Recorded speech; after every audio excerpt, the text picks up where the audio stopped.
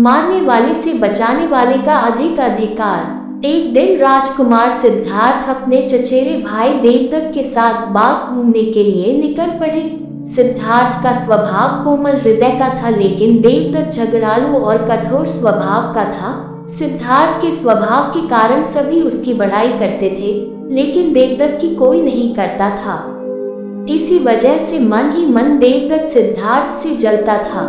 बाग में दोनों घूम ही रहे थे, तभी अचानक उन्हें एक हंस दिखाई दिया जो उड़ रहा था।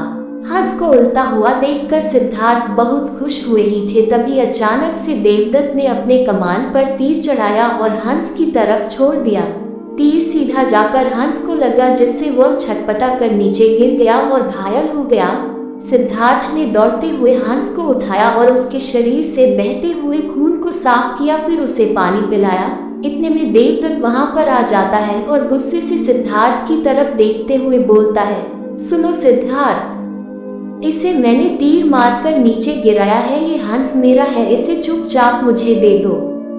सिद्धार्थ ने हंस की पीठ को सहलाते हुए कहा, नहीं, मैं इस हंस को तुम्हें नहीं दे सकता। तुम निर्दयी हो, इस बेचारे निर्दोष हंस पर तुमने तीर चलाया है। अगर मैं इसे आकर ना बचाता तो इस बेचारे की तो जान चली जाती। सिद्धार्थ की बातें सुनकर देवदत्त को और भी ज्यादा गुस्सा आने लगा।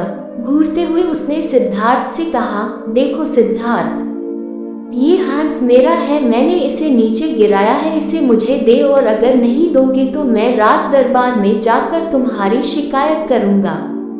देवदत्त के इतने कहने के बाद भी सिद्धार्थ ने उसे हंस नहीं दिया, जिसके बाद देवदत्त ने राजा शुद्धोधन के दरबार में जाकर सिद्धार्थ की शिकायत कर दी। शुद्धोधन ने देवदत्त की बात को ध्यानपूर्वक सुना और सिद्धार्थ को दरबार में आने का बुलावा भेजा। कुछ ही देर में सिद्धार्थ हंस को लेकर राज दरबार में आए। राज दरबार के ऊंचे सिंहासन पर राजा शुद्धोधन बैठे हुए थे और आसपास के नीचे आसनी पर राज्य मंत्री तथा अन्य पदाधिकारी बैठे थे और कई सैनिक हथियार लिए द्वार के निकट खड़े थे। शुद्धोधन के प्रश्न करने पर देवदत्त सर झुकाए बोला, महाराज, इस समय जो हंस सिद्धार्थ के हाथ में है वो मेरा है, मैंने इसे तीर मारकर नीचे गिराया था। सिद्धार्थ ने उसे तुरंत उठाकर उस पर अपना अधिकार जमा लिया। कृपया मुझे मेरा हंस इससे वापस दिलाए। फिर राजा शुद्धोधन ने सिद्धार्थ की ओर देखा और बोलने की ओर संकेत किया। सिद्धार्थ ने सर झुकाकर शांत स्वर में बोला, महाराज, ये बेचारा हंस एकदम निर्दोष है, बिना किसी को कष्ट पहुंचाए उड़ रहा था, तभी देवदत्त ने तीर मारकर इसे घायल कर दिया। मैंने इसका उपचार किया और इसके प्राण बचाए।